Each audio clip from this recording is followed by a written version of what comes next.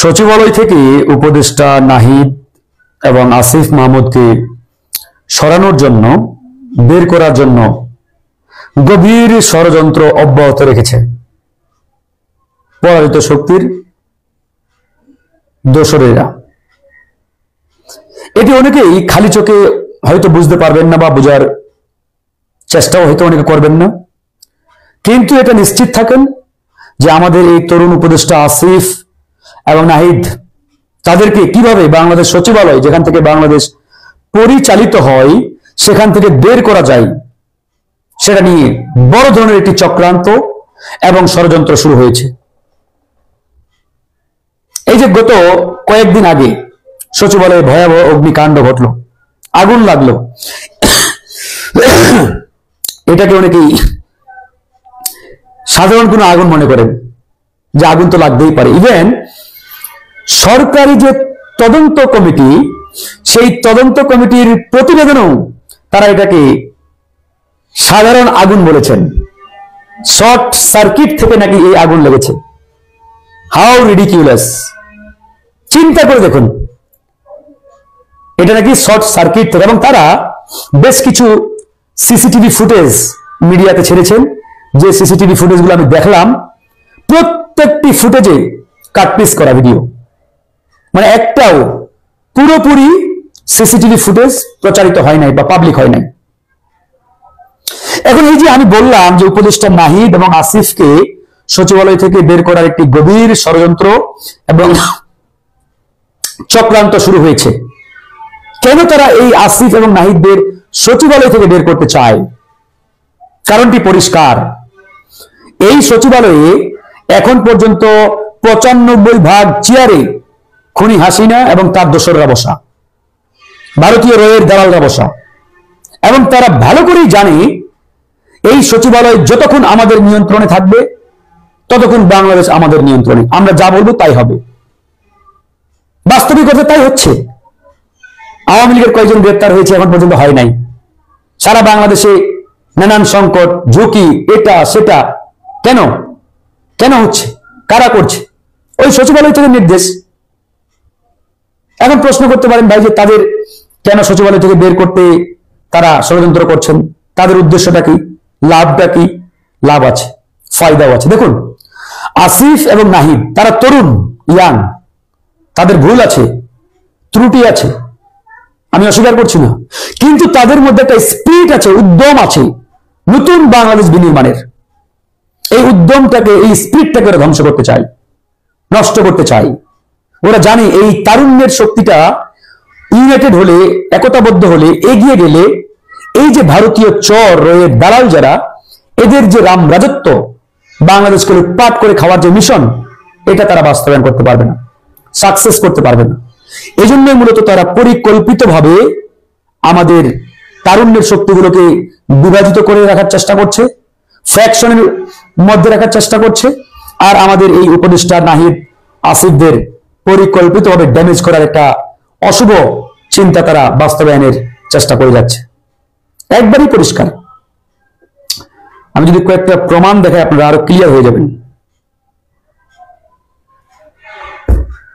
এই যে আগুনটি লাগলো সচিবালয়ে, আপনারা দেখেছেন না আগুনটি কোথায় লাগছে? একটা বিল্ডিং, এবার দুটি জায়গায়। সে দুটি জায়গায় কোথায়? আসিফের দপ্তর, নাহিদের দপ্তর।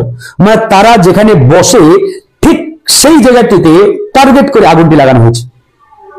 শর্ট সার্কিট হলে হঠাৎ করে একই বিল্ডিং এর দুটি দপ্তরে, অর্থাৎ আসিফের মন্ত্রণালয়, নাহিদের মন্ত্রণালয়, এই দুটি জায়গাতে লাগবে, আর অন্য কোথাও শর্ট সার্কিট হবে না। কিন্তু আমাদের দুঃখের বিষয়, এই যে তদন্তকারী সংস্থা বা কমিটি, এরা যে প্রতিবেদনটা দিল, এই প্রতিবেদন কতটুকু গ্রহণযোগ্য আই ডোন্ট নো। তবে আমি মনে করি এটি পরিষ্কারভাবে এক পেশে এবং বায়াসড একটি প্রতিবেদন। হয়তো এই প্রতিবেদনও ভারতীয় চররা চাপ দিয়ে তাদেরকে দিয়ে করিয়েছে। গতকাল রাতে হঠাৎ করে শুনলাম আসিফ এবং নাহিদদের অফিস করার জন্য নাকি ওই সিটি কর্পোরেশন ভবনগুলোতে তাদের দপ্তর মানে ঠিক করা হচ্ছে, রেডি করা হচ্ছে। ভেরি ডেঞ্জারাস, একবারই বিপজ্জনক। আসিফ নাহিদদের আমরা কালকেই জানিয়েছি, তোমরা অফিস করবা সচিবালয়ে, প্রয়োজনে ব্রান্দায় করবা, সামনের মাঠে করবা, অফিস সচিবালয়ের ভিতরে যে ফাঁকা জায়গাগুলো আছে সেখানে তাঁবু টাঙিয়ে ডেস্ক বসিয়ে সেখানে অফিস করবা। তারপরেও সচিবালয়ের বাইরে তোমাদের দপ্তর নিয়ে যাওয়া না। পরিষ্কার। তারা এসব পুড়িয়ে জ্বালিয়ে দিয়ে তাদেরকে এখন সচিবালয়ের বাইরে অফিস করার জন্য নিয়ে যাওয়ার জন্য চেষ্টা করছে। নাহিদ আসিফদের সচিবালয় থেকে বের করতে পারলেই তাদের 16 কলা পূর্ণ হয় এবং অশুভ যে চিন্তা, যে মিশন, সেটা তারা বাস্তবায়ন করতে পারে। একবারই পরিষ্কার। আসিফের দপ্তর যদি সচিবালয়ের বাইরে যায়, নাহিদের দপ্তর বাইরে যায়, এরপরে তার কেউ ওখানে এভাবে থাকবে না। তরুণদের মধ্যে থেকে সব তারা রাম রাজত্ব একবারে তাদের মতো করে ঢেলে সাজাবে, কাজ করবে। তো এই জন্য আমরা বলেছি বাইরে যাওয়া যাবে না, সচিবালয়ের মধ্যে প্রয়োজনে যতদিন তোমাদের দপ্তর মন্ত্রণালয় ঠিক হতে সময় লাগবে ততদিন বারান্দায় কিংবা অন্য কোনো রুমে অফিস করবা, এর বাইরে যাওয়ার কোনো সুযোগ নেই। বন্ধুগণ, এগুলো অত্যন্ত ডেঞ্জারাস কথা। হ্যাঁ, আমরা সরকারকে অনেক সমালোচনা করছি, দোষারোপ করছি, এই সরকারের উপদেষ্টা পরিষদে অনেক অর্থ দেশ পরিচালনায় অজ্ঞ ব্যক্তি আছেন। এদের কারণে এই সরকার যথাযথ ফাংশন করছেন না। আমরা বলেছি এই উপদেষ্টা পরিষদ সংস্কার করার জন্য, তারা কথা শুনে না। এই জন্য নানান সংকট, নানান সমস্যা সারা দিক থেকে কিন্তু শুরু হয়েছে। তারা না করলে সামনে আরো বড় বিপদ দেখা দিবে এবং এই বিপদগুলো ডিল করা, সমাধান করা তাদের পক্ষে সম্ভব হবে না। আমরা অপেক্ষা করছি, কথা বলছি তাদের সাথে, দেখি কতটুকু করে। আর কিছু বিষয় আপনাদের সাথে মনে করি যে শেয়ার করার দরকার। আসলে এই যে তারুণ্যের অগ্রযাত্রা, তারুণ্যের শক্তি, এই শক্তিগুলোকে কেন জানি পরিকল্পিতভাবে বিগত 54টি বছর বাংলাদেশের রাজনৈতিক দল, আগ্রাসী রাজনৈতিক শক্তিগুলো ইচ্ছাকৃতভাবে ডিভাইডেশনে রেখেছিল, পরিকল্পিতভাবে। কেন? কারণ তারা জানে যে এই তরুণরা যদি ইউনাইটেড হয়ে যায়, ঐক্যবদ্ধ হয়ে যায়, তাহলে তারা তাদের অশুভ চিন্তা, অশুভ শক্তি বা অশুভ রাজনৈতিক ফায়দা এই তরুণদেরকে ব্যবহার করে আর করতে পারবে না। আর তরুণরা ইউনাইটেড হলে এইসব মানধাত্তার আমলের যে চিন্তা চেতনা, এগুলো বাস্তবায়ন সম্ভব নয়। এই তরুণরা ইউনাইটেড হলে তরুণদেরকে ব্যবহার করে সিরি হিসাবে ক্ষমতায় যাওয়া যাবে না। এই জন্য তারা পরিকল্পিতভাবে তারুণ্যের শক্তিগুলোকে বিভাজনের মধ্যে রেখেছে, আলাদা করে রেখেছে। তাই এই তারুণ্যের শক্তিগুলোকে আর বিভাজনের মধ্যে রাখা যাবে না। তারুণ্যের প্রত্যেকটি শক্তিকে এক হতে হবে, এক করতে হবে। দেখেন এই আন্দোলন, জুলাই আগস্ট বিপ্লব, তারুণ্যের শক্তিটা কিন্তু সামনে ছিল, লিড দিয়েছে। আমরা রাজনৈতিক দল সবাই ছিলাম, এবং বিএনপি বলেন, জামাত বলেন, আমরা গণ অধিকার পরিষদ বলেন, অন্যান্য দল, এই প্রত্যেকটা দলের তারুণ্যের যে শক্তিটা, বিএনপির যে তারুণ্যের শক্তিটা, তারা কিন্তু সামনে থেকে এই আন্দোলনে বলিষ্ঠ ভূমিকা রেখেছে। জামাত ইসলামের তারুণ্যের যে শক্তিটা, তারা কিন্তু সামনে থেকে বলিষ্ঠ ভূমিকা রেখেছে। আমরাও তরুণ, আমরা বলিষ্ঠ ভূমিকা রেখেছি। তাই আমরা চাই তারুণ্যের যে শক্তিগুলো আছে, এগুলো যদি ইউনাইটেড হয়, এক জায়গায় আসে, এই বাংলাদেশকে নতুন করে বিনির্মাণ করতে বেশি সময় লাগবে না। আর এই তারুণ্যের শক্তিগুলোকে এক হতেই হবে নতুন বাংলাদেশ বিনির্মাণের জন্য। আপনি যে আকাঙ্ক্ষিত বাংলাদেশের চিন্তা করছেন, আপনি যে স্বপ্নের বাংলাদেশের চিন্তা করছেন, সেই স্বপ্নের বাংলাদেশ বিনির্মাণ তখনই সম্ভব হবে যখন প্রত্যেকটি তারুণ্যের শক্তি ইউনাইটেড হবে, ঐক্যবদ্ধ হবে। এখন তারুণ্যের শক্তিগুলো ছড়িয়ে ছিটিয়ে নানাভাবে বিভাজিত, আর বিভাজিত থাকা যাবে না। আমরা নতুন বাংলাদেশ বিনির্মাণ করতে চাইলে তারুণ্যের এই শক্তিগুলোকে যদি এক করতে পারি, ঐক্যবদ্ধ করতে পারি, আমার দৃঢ় বিশ্বাস নতুন বাংলাদেশ, তারুণ্যের বাংলাদেশ বিনির্মাণ করতে আমাদের বেশি সময় লাগার কথা না, এবং লাগবেও না ইনশাআল্লাহ। তাই আমরা সম্মিলিতভাবে তারুণ্যের সেই বাংলাদেশ বিনির্মাণ করতে পারবো। আপনাদের সবাইকে নিয়ে আমরা এক নতুন বাংলাদেশ জনগণকে উপহার দিতে পারবো। তাই আসুন, দল মত নির্বিশেষে আমরা তারুণ্যের এই শক্তিগুলোকে এক করি, ঐক্যবদ্ধ হই। আমাদের ভুল আছে, ভুল থাকতে পারে, আমরা তো মানুষ, ফেরেশতা না, মানুষেরই তো ভুল হয়।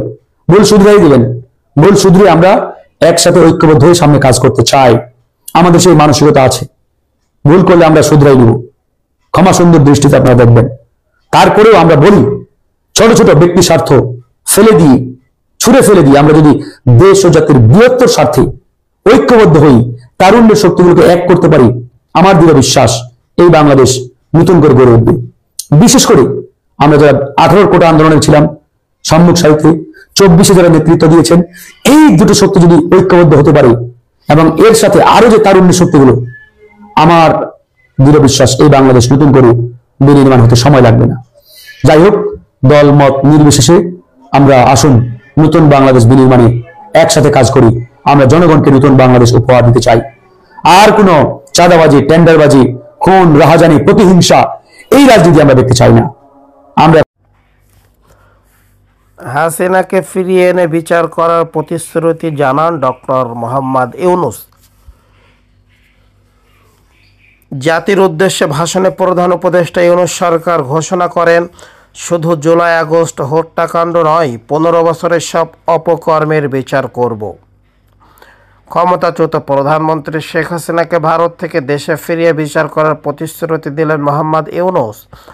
অন্তর্বর্তী সরকারের 100 দিন উপলক্ষে এদিন জাতির উদ্দেশ্যে ভাষণে প্রধান উপদেষ্টা ইউনূস ঘোষণা করেন, শুধু জুলাই আগস্ট হত্যাকাণ্ডই নয়, 15 বছরের সব অপকর্মের বিচার করব। শান্তিতে নোবেলজয়ী এই অর্থনীতিবিদ দাবি করছেন, এই 100 দিনেই দেশের অর্থনীতির নিম্নমুখী গতিকে নিয়ন্ত্রণ করে উন্নতির পথে আনতে পেরেছেন। ইউনূস বলেন, আমরা যখন কাজ শুরু করি দেশের অর্থনীতি ছিল বিপর্যস্ত, বৈদেশিক মুদ্রার রিজার্ভ তলানিতে আসার কথা। এই রিজার্ভ পরিস্থিতি এখন উন্নতির পথে। গত 3 মাসের রিজার্ভে কোনো রকম হাত না দিয়ে আমরা $200 কোটি বৈদেশিক ঋণ শোধ করেছি। জ্বালানি তেল আমদানি পুঞ্জীভূত বকেয়া পরিমাণ $47.8 কোটি থেকে কমিয়ে $16 কোটি আনতে পেরেছি।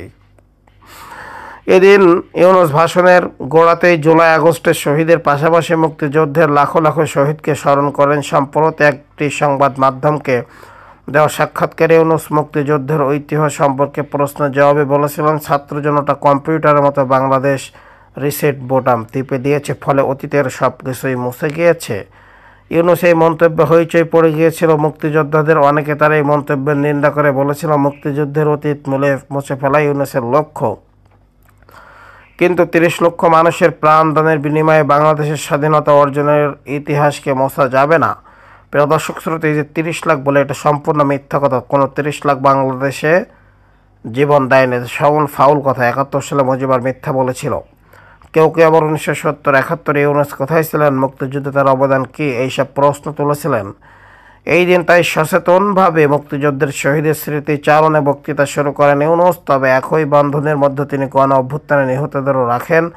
আহতদের অর্থ সাহায্য দেওয়া, চিকিৎসার ব্যবস্থা করার মতো বিষয়ে সরকারের কাজকর্ম পরিকল্পনার কথা এদিনও ফলাও করে বলেন তিনি। ইউনূস এদিন দাবি করেন, নির্বাচনের ট্রেনের যাত্রা শুরু হয়েছে, সেই ট্রেন আর থামবে না, কিন্তু যেতে যেতে আমাদের অনেকগুলো কাজ সেরে ফেলতে হবে।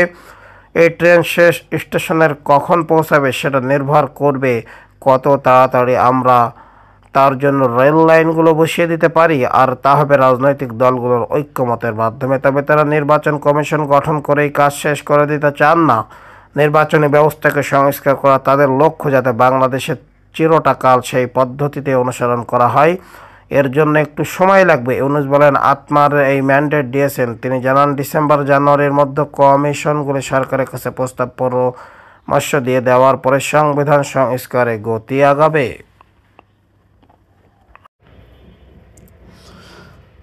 যে সাফল্য প্রশংসায় ভাটছে ডক্টর ইউনূস সরকার। ছাত্র জনতাকে গণহত্যা করেও ক্ষমতা ধরে রাখতে না পেরে 5 আগস্ট প্রভুদেশ ভারতে পালিয়ে যান ফ্যাসিস্ট শেখ হাসিনা। কিন্তু আওয়ামী লুটেরাদের সাথে নিয়ে দীর্ঘ 16 বছরে সীমাহীন লুটপাট করে ফোকলা করে ফেলেন দেশের অর্থনীতিকে। খুনি হাসিনা ও আওয়ামী ফ্যাসিবাদের দোসরদের মহাসাগর লুটপাটের বোঝা বহন করতে হচ্ছে বর্তমান ডক্টর ইউনূস নেতৃত্বাধীন অন্তর্বর্তীকালীন সরকার ও দেশের জনগণকে। এমনি এক সময় চ্যালেঞ্জ মোকাবেলা করে খুশির সংবাদ আসলো অর্থনীতির জন্য। জানা গেছে, দেশের ব্যয়বহুল বেসরকারি খাতের বিদেশি ঋণ কমতে শুরু করেছে। স্বল্প ও দীর্ঘমেয়াদী বিদেশি ঋণ ব্যাপকভাবে পরিশোধ শুরু করা হয়েছে। মাত্র 3 মাসে বৈদেশিক মুদ্রার রিজার্ভে হাত না দিয়ে এমন $5 বিলিয়ন পরিশোধ করা হয়েছে। এর মধ্যে স্বল্পমেয়াদী $2 বিলিয়ন ও দীর্ঘমেয়াদী $3 বিলিয়ন রয়েছে।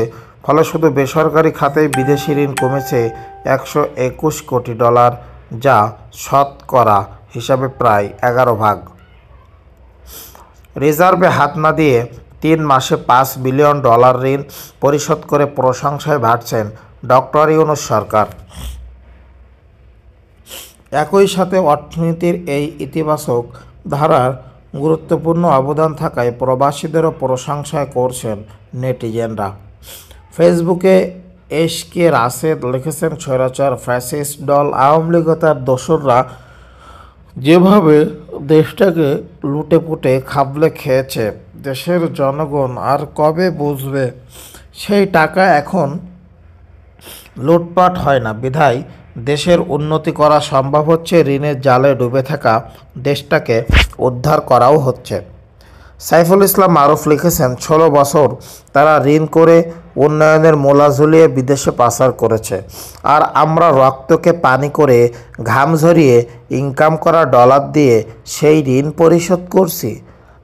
আসাদুজ্জামান ফরাজি লিখেন, আলহামদুলিল্লাহ, বিজয়ের এই মাসে মাননীয় উপদেষ্টা মহোদয় আপনাদের অক্লান্ত পরিশ্রমের ফলে আমরা এই ধরনের সফলতা পাচ্ছি। আত্মার প্রতি রইল বিজয়ের সশ্রদ্ধ সালাম। মোহাম্মদ আমজাদ হোসেন লিখেছেন, রিজার্ভে হাত না দিয়েও $5 বিলিয়ন ঋণ শোধ হয়ে গেল। ভারত দেখে নাও, আমরা আল্লাহকে বিশ্বাস করি, আমরা কোনো দেশের উপর পরোয়া করি না, সব বাঁধ ভেঙে কোমর খাড়া করে দাঁড়িয়ে যাবে ইনশাআল্লাহ বাংলাদেশ। ইয়াহিয়া আকন্দ লিখেছেন, তাহলে দেশ সঠিক পথে আছে, আগামীতে যে দল সবচেয়ে বেশি ভারত বিরোধী হবে সেই দল ক্ষমতায় যাবে ইনশাআল্লাহ। রাসেল আহমেদ লিখেছেন, আলহামদুলিল্লাহ, এমন সংবাদ শুনতে পেয়ে মনটা খুশিতে ভরে উঠল। নিশ্চয়ই ডক্টর ইউনূস স্যারের মাধ্যমেই এরপরে আফসোস লীগ বলবে আগেই ভালো ছিলাম। আসলে চার্টার দল খাটতে রাজি না। প্রিয় দর্শক শ্রোতা, ইতিমধ্যে আপনারা ডক্টর ইউনূস সরকারের যে সাফল্য শুনলেন, যে বিদেশি ঋণ তিনি পরিশোধ করতে সক্ষম হয়েছেন বাংলাদেশ থেকে, যে আল্লাহ তাআলা সেই রহমত দান করেছেন বাংলাদেশের উপরে, আলহামদুলিল্লাহ। সর্বপ্রথম সেই মহান প্রশংসা মালিকের শুকরিয়া আদায় করি, আলহামদুলিল্লাহ। আল্লাহ পাক রব্বুল আলামিন বাংলাদেশে এমন একটি ভালো সরকার আপনি বসান, যে সরকার বাংলাদেশকে ভালোভাবে চালাতে পারবে আপনার রহমতে। প্রিয় দর্শক শ্রোতা, সবাই ভালো থাকবেন, সুস্থ থাকবেন। আসসালামু আলাইকুম ওয়া রাহমাতুল্লাহ। প্রিয় দর্শক শ্রোতা, ইতিমধ্যে বিভিন্ন রাজনৈতিক দলের সঙ্গে বৈঠকে বসেছেন ডক্টর ইউনূস।